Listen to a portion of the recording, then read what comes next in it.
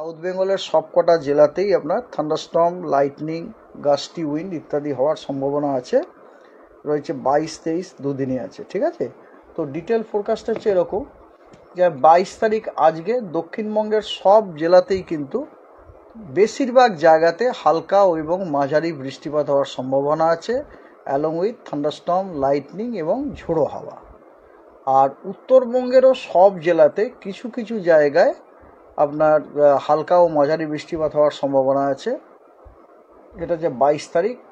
23 তারিখে অর্থাৎ আগামীকাল দক্ষিণবঙ্গের পূর্বের যে জেলাগুলি যেমন মুর্শিদাবাদ, নদিয়া, উত্তর এবং দক্ষিণ 24 পরগনা, পূর্ব মেদিনীপুর এবং তার সাথে অবশ্যই পশ্চিম মেদিনীপুর এই এবং উত্তরবঙ্গের সবকটা জেলায় কিছু কিছু জায়গায় হালকা এবং মাঝারি বৃষ্টিপাত হওয়ার সম্ভাবনা আছে এবং দক্ষিণবঙ্গের বাকি জেলাগুলিতে দু এক জায়গায় বিক্ষিপ্তভাবে হালকা ও মাঝারি বৃষ্টিপাত হওয়ার সম্ভাবনা আছে উইথ থান্ডারস্টর্ম।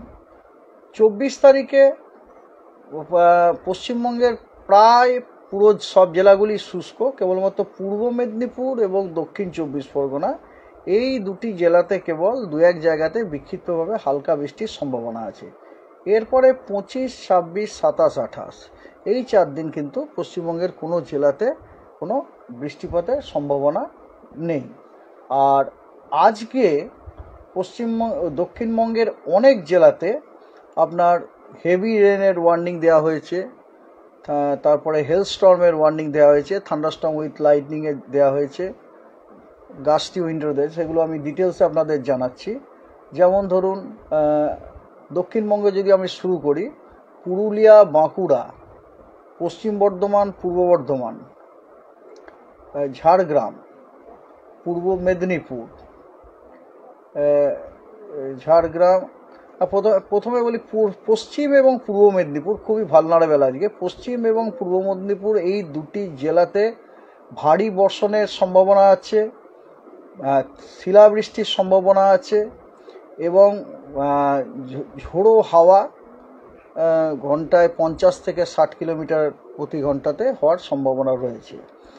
এছাড়া আপনার ঝাড়গ্রাম, পুরুলিয়া, বাঁকুড়া, 2 বর্ধমান, নদিয়া, মুর্শিদাবাদ, বীরভূম এই জেলাগুলিতেও আপনার শিলাবৃষ্টি, থান্ডারস্টর্ম উইথ লাইটনিং এবং ঝোড়ো হাওয়া 50 থেকে 60 কিলোমিটার প্রতি ঘন্টায় থাকার সম্ভাবনা আছে।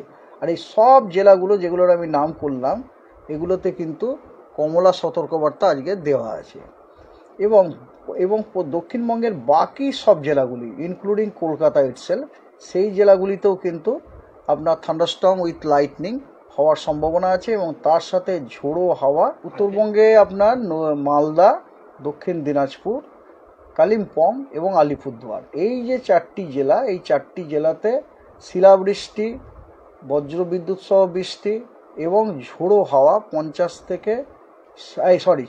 থেকে 50 কিলোমিটার প্রতি ঘন্টায় থাকার সম্ভাবনা আছে এবং এই জেলাগুলিতেও কমলা সতর্কবার্তা দেওয়া হয়েছে। এবং উত্তরবঙ্গের বাকি যে জেলাগুলি সেই জেলাগুলিতেও আপনার থান্ডারস্টর্ম উইথ লাইটনিং প্লাস ঝোড়ো হাওয়া 40 থেকে 50 কিলোমিটার প্রতি ঘন্টায় থাকার সম্ভাবনা আছে এবং এই জেলাগুলিতে হলুদ সতর্কবার্তা দেওয়া হয়েছে। এটা 22 তারিখে।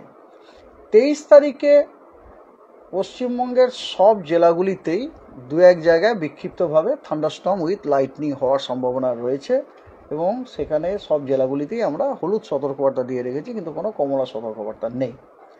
আর বাকি জেলা দিনগুলিতে কোনো সতর্কবার্তা এই মুহূর্তে নেই। আর এরপর আসি তাপমাত্রা দক্ষিণবঙ্গতে আগামী 24 ঘন্টাতে 3 থেকে 4 ডিগ্রি মানে উষ্ণতম তাপমাত্রা যেটা মানে ম্যাক্সিমাম টেম্পারেচারটা 3 থেকে 4 ডিগ্রি কমে যাওয়ার সম্ভাবনা আছে আগামী 24 ঘন্টায়, ঠিক আছে। এবং তারপরে কোনো বড় পরিবর্তনের সম্ভাবনা নেই তারপরের আর একদিন, এবং তারপর কিন্তু ধীরে ধীরে আবার তাপমাত্রা বাড়ার সম্ভাবনা আছে 3 থেকে 5 degree during subsequent 3 days gradually. এই দেখুন আজকে হচ্ছে কত তারিখ, 22 তারিখ, ঠিক আছে।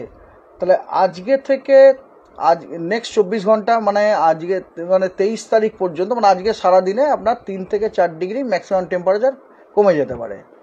এবারে আসুন 23 তারিখ থেকে 24 তারিখ পর্যন্ত ম্যাক্সিমামটা টেম্পারেচারের খুব বড় রকমের পরিবর্তন নেই, কিন্তু 24 তারিখের পর অর্থাৎ 25 তারিখ অনওয়ার্ডস ম্যাক্সিমাম টেম্পারেচার কিন্তু 3 থেকে 5 ডিগ্রি সেন্টিগ্রেড ধীরে ধীরে বাড়ার সম্ভাবনা রয়েছে। মানে 25 তারিখের পর তাপমাত্রাটা 3 থেকে 5 ডিগ্রি বাড়ার সম্ভাবনা রয়েছে। Similarly for north Bengal also একই রকম।